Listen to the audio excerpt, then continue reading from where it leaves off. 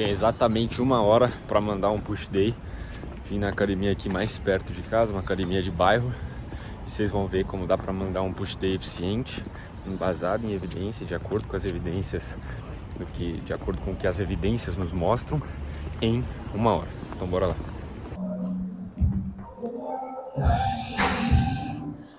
Já mandei 3 sériezinhas, 2 não, 3. Ô caceta, mandei 2, não 3. Essa aqui é a terceira.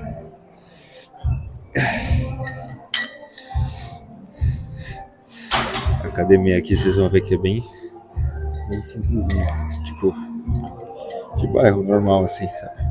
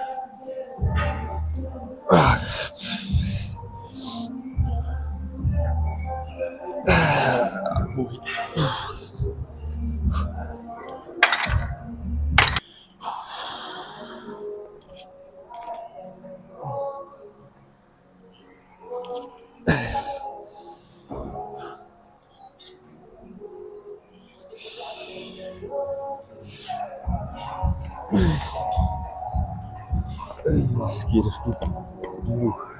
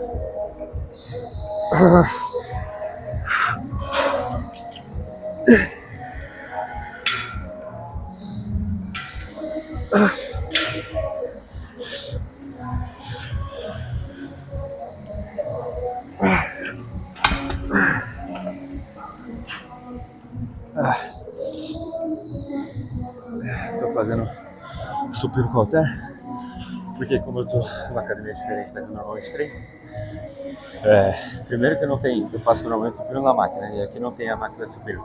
Na verdade aqui tem, ela tá aqui, ela é bem aberta, tipo, faz um supino assim, ó, que não faz muito sentido.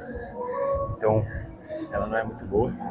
E aí, eu não teria referencial de carga também, então tipo, eu não estou me preocupando em fazer exatamente os mesmos exercícios, porque eu não vou conseguir anotar a carga de qualquer jeito, para seguir progredindo e tal. E a máquina que tem aqui é ruim. E aí, pô, eu olhei para o halter me olhou, me deu uma vontade de fazer. Então assim, já que eu não estou na academia de sempre, eu estou fazendo um halter por causa disso. E aí você vê o tanto que eu desço o halter, sei lá, meu cotovelo vai quase lá pro chão. E aí, talvez você já tenha escutado falar, pô, não desce muito o cotovelo, para o cotovelo na linha do tronco, ou sei lá, no crucifixo, a mesma coisa, o joelho, no agachamento. Só que isso aí é tudo terrorismo biomecânico, sabe? A gente não tem dado que comprova que isso seja prejudicial para as articulações.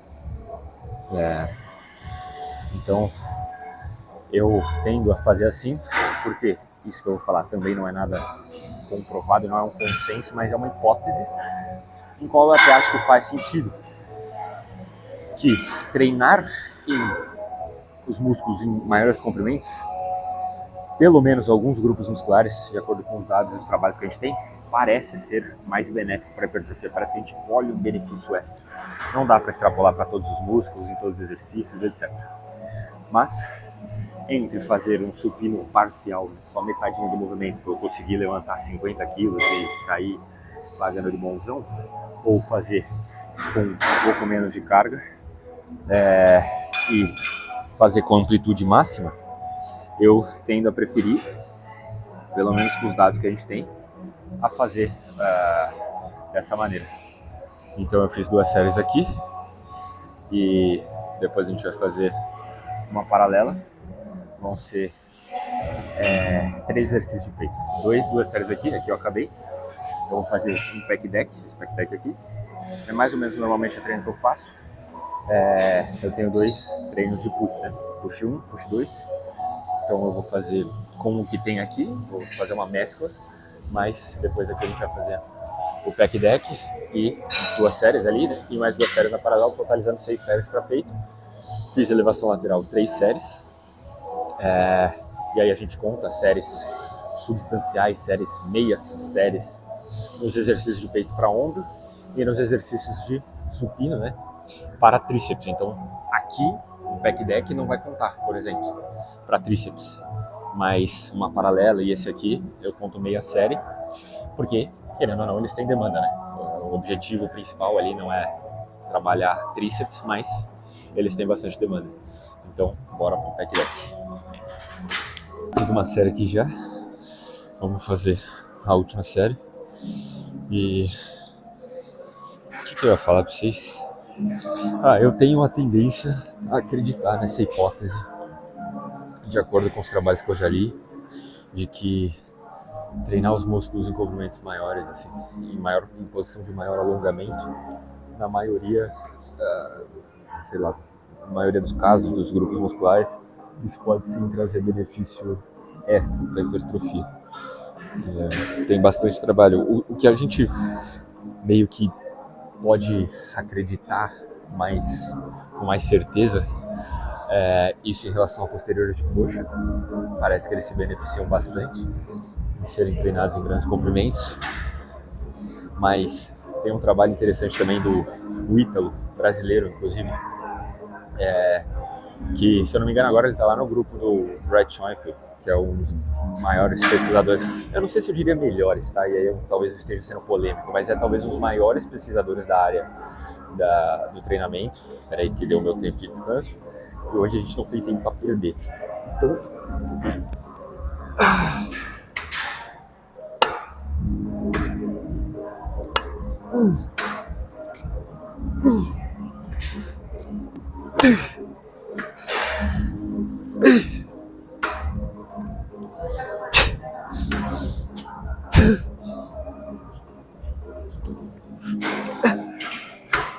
Mais uma.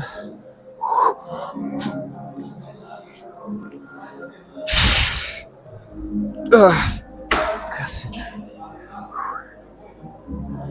Isso aqui é importante, tá? Porque muitas vezes, cara, a galera fala, mas eu não tenho tempo pra ficar tudo isso na academia, não sei o que, não sei o que lá. Quando você vai ver, o treino da pessoa daria pra ser concluído em 1 hora, mas ela demora 2h30 pra fazer o treino. Aí você, mano, o que tá acontecendo? Planejei um negocinho aqui pra demorar 1 hora, tá demorando 2 horas, você vai ver. O tempo que era de descanso, que era 2 minutos, por exemplo, para arredondar a conta aqui, passa a ser 4. Ou seja, o tempo de treino dela dobra. Concorda comigo? Se ela pode descansar 2 minutos, já no planejado, e ela descansa 4, ela descansa o dobro de tempo. Isso em uma série, você descansar 2 ou 4, não muda. Mas se você faz isso em todas as séries do treino, porque dá uma distraída mexendo no celular, etc. Que inclusive, eu li um trabalho esses dias que talvez vocês fiquem um pouco chateados, mas que falava sobre o celular, dos intervalos de descanso. Enfim, a gente já comenta sobre isso. Mas aí ela passa 2 horas e pouco na academia e acha que o problema é o treino.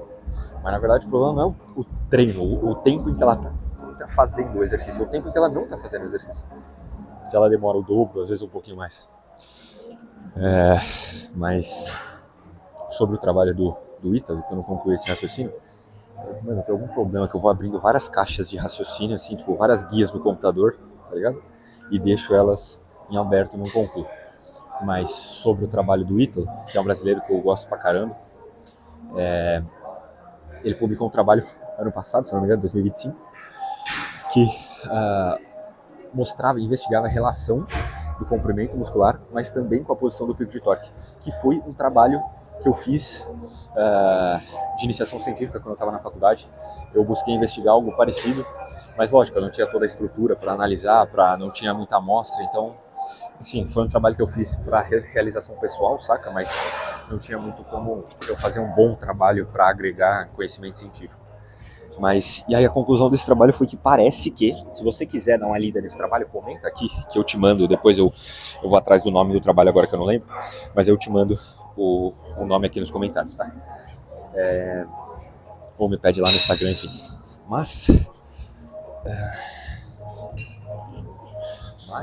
Peraí, vamos lá pra paradela. Mas esse trabalho, ele concluiu o quê? Como que tira essa bagaça desse... Ué? Não sei tirar esse aqui não. A engenharia, pelo visto, avançou, velho. Porque eu não consigo nem entender como que é pra desrosquear. Caraca, velho, não tem ideia. Eu vou deixar sem peso, então. Pô, foi mal, quer que eu tire aí o... Atrapalha aí, você vai... Não, só tô guardando aqui. Beleza.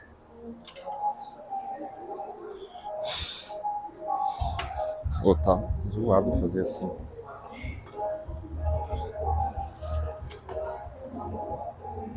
Aqui, mano, tem esse fio aqui, ó. E eu fico batendo a cabeça nesse fio. Vou fazer virar pra lá.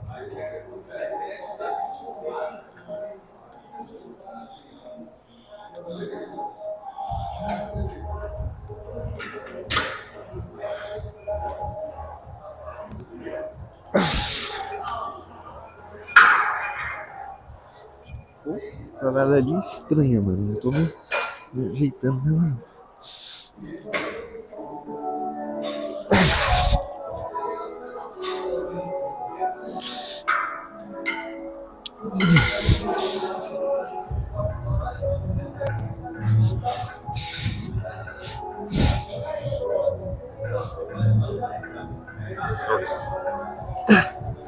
Ela é muito aberta, mano. Ela é muito aberta e não tem como regular. Esse negócio tá me atrapalhando. Mas, e aí o trabalho dele, ele concluiu que, um gráficozinho bem bonitinho, inclusive, ele concluiu que parece que o que importa não é só treinar os músculos em grandes comprimentos, em posição de maior alongamento, mas a combinação do comprimento ao qual você expõe o músculo com a posição do pico de torque ou o perfil de resistência. Então, inclusive, tem bastante influenciador que antes falava muito de perfil de resistência, agora mudou o discurso para não, perfil de resistência é inútil, você saber do perfil de resistência, ignora o perfil de resistência. Influenciadores que eu até admiro, mas eu acho perigoso você extrapolar, fazer essa extrapolação. Porque, cara, talvez o perfil de resistência importe sim, não como um fator determinante para a hipertrofia, porque isso a gente sabe que provavelmente não é. O que é determinante para a hipertrofia é volume e proximidade da falha. Mas se essa hipótese se provar verdadeira, de que treinar os músculos em maiores comprimentos resulta em um pouco mais de hipertrofia, embora talvez esse um pouco mais seja muito mínimo, e talvez a gente possa até concluir, não concluir, mas pressupor que os trabalhos que não encontraram em outros grupos musculares, por exemplo, benefício adicional em ser trabalhados em grandes comprimentos, e aqui, cara, é só uma hipótese da minha cabeça que eu venho formulando, que eu penso quando eu analiso os dados, tá? Pelo amor de Deus. É que talvez a posição do pico de torque influencie, como esse outro trabalho mostrou. Então de nada adianta você fazer um trabalho, não de nada adianta, mas talvez de nada adiante, você fazer um trabalho para investigar hipertrofia em diferentes comprimentos musculares, se você usa um exercício que não adiciona torque, que não tem entrega muita resistência justamente quando o músculo está mais alongado.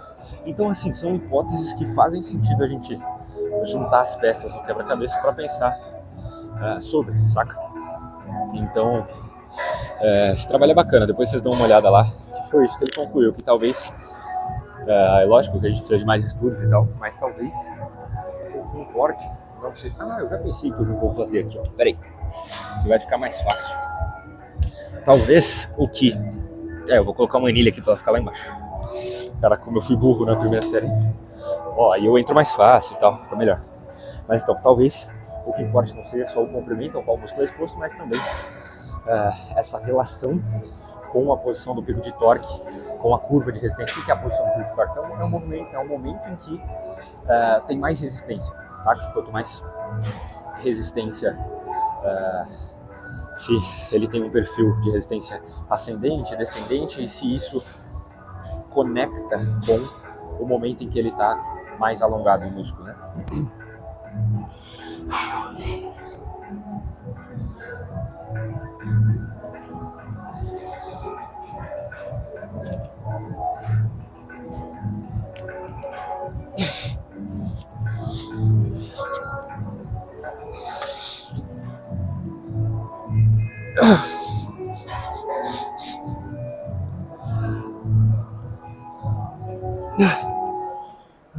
Nossa, sujou tudo meu tênis. Aonde eu apoiei isso aqui? Mas por que eu digo que o Brad Schoenfeld talvez não seja o melhor pesquisador e sim o maior? Porque em número de trabalho, ele realmente publica muita coisa.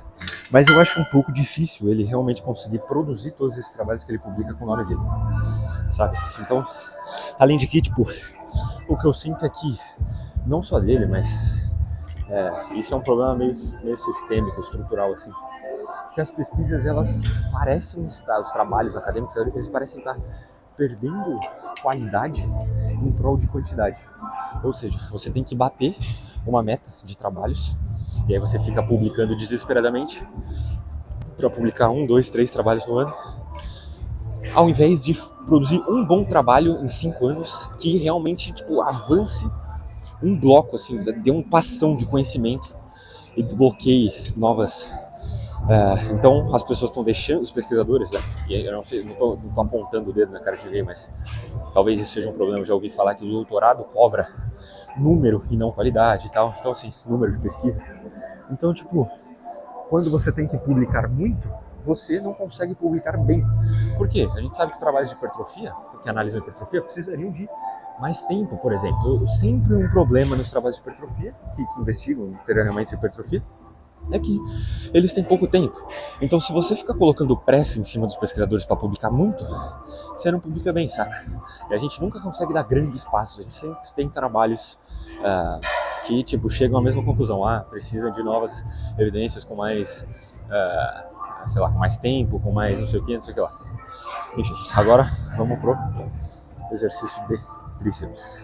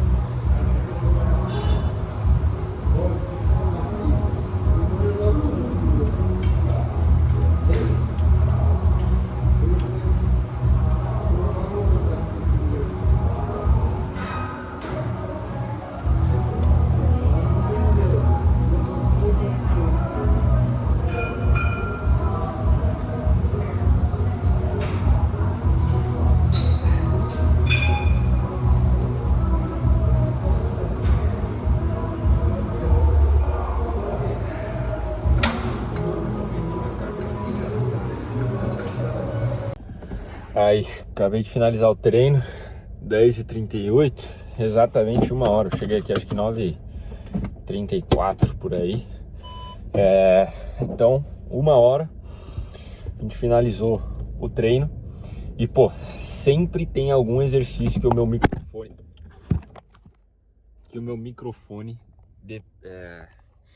resolve parar de funcionar, tá ligado? Sempre tem algum exercício que ele resolve. Peraí. Vamos ver se aqui o celular cai. Mas sempre tem algum exercício que o meu microfone resolve parar de funcionar. Eu preciso dar um jeito de comprar um novo, mas eu tô achando que o problema é a entrada do meu celular, na verdade. Porque com o carregador dele também tá meio ruim. Mas, então, e lá, pô, eu tinha ainda passado uma diquinha boa pra vocês de usar o strap para fazer esses exercícios na polia, porque se popularizaram muito esses exercícios com caneleiras assim na polia, tipo elevação lateral, tipo esse super francês aí, esse tríceps francês que a gente fez no final. E aí às vezes tem algumas academias que não tem caneleira, tornozeleira assim de fazer glúteo na polia normalmente, ou pelo menos não tem uma tornozeleira boa, confortável, que dê pra fazer. Essa academia, por exemplo, não tinha, então tem um macetinho para usar o strap. Eu tinha passado ali para vocês, mas o áudio não pegou. Pegou o áudio geral da academia e não do microfone.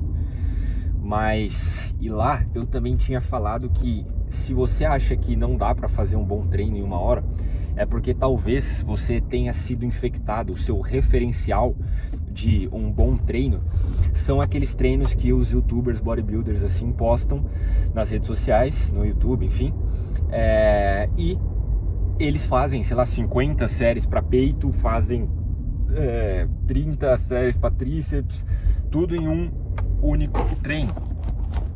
Só que, e aí isso faz com que você passe muito tempo na academia, e aí por isso que o seu referencial pô, não dá para treinar bem em 1 hora, eu preciso passar várias horas na academia, quando na verdade não, porque se a gente olha as diretrizes, tudo que a gente tem de evidência sobre volume, que é um tópico dentro do treinamento de força e hipertrofia bem estudado, a gente chega numa conclusão, pelo menos até o momento, de que parece que um número bom para se manter assim em séries semanais seria algo em torno de 10 a 20 séries. Mas meu saco, um bagulho não fica parado aqui. Algo em torno de 10 a 20 séries semanais por grupamento muscular. Ou seja, os caras fazem o dobro, às vezes o triplo do que isso em um treino, saca? O que na verdade a gente precisa fazer em uma semana inteira. Os caras... Oxi, peraí que tinha parado. Eu vou parar o carro e a gente troca essa ideia parado, porque tá difícil o celular. Que inclusive fica aí um negócio pra vocês. Tipo, eu simplesmente hoje tava aqui parado não, vindo treinar. Falei, mano, vou gravar um vídeo pro YouTube. Do nada, tô com pressa, mas eu vou gravar. Tem o tripé? Não. Roubaram meu tripé. Tem uma câmera? Não. Mas, pô, então vocês estavam apoiados aqui, ó. Vocês estavam apoiados nessa mochila. Agora vocês estão apoiados aqui no negócio do carro. Então, velho, só começa. Não fica esperando o cenário perfeito pra começar a gravar, a postar seus vídeos, a fazer essas coisas. Mas, beleza.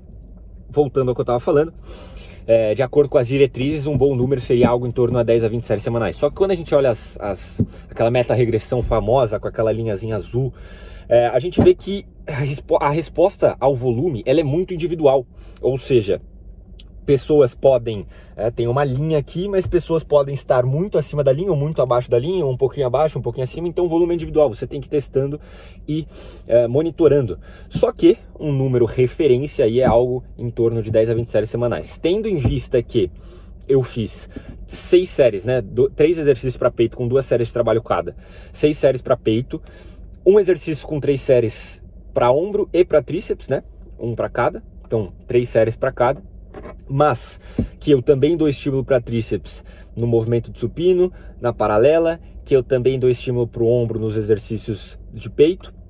Eu conto séries substanciais ali para eles, e aí eu chego num número próximo a 10 a 20 séries semanais por semana, próximo não, dentro desse range, tendo em vista que eu treino 2 vezes o push na semana. Então, você acha que talvez, pô, um treino eficiente, você precisa passar horas na academia, fazer muita série, mas na verdade, provavelmente não é assim. Pode ser que você seja uma anomalia e responda muito bem a 50 séries semanais, mas a gente tem a tendência a achar que a gente sempre é a última bolacha do pacote, que a gente vai ser o diferente, que a gente que responde a muito mais série, mas provavelmente não, provavelmente você vai estar nesse range aí de 10 a 20 séries semanais. Então é isso, Push Day finalizado. Cara, comenta aqui o que eu tinha falado para comentar lá. Sobre o trabalho, se você quiser aquele trabalho lá, que eu pegue o linkzinho dele, o DOI, o nome, enfim, te mande aqui, comenta aí que eu mando. E agora é isso, trabalhar, fazer o marketing do Cycritic lá, que é um bagulho que eu sou péssimo, tipo assim, para construir o produto, cara, foi maravilhoso, foi um processo muito legal, bacana. Agora na hora de meter as caras e fazer o marketing no negócio, postar conteúdo, fechar parceria, porra, é difícil, é difícil.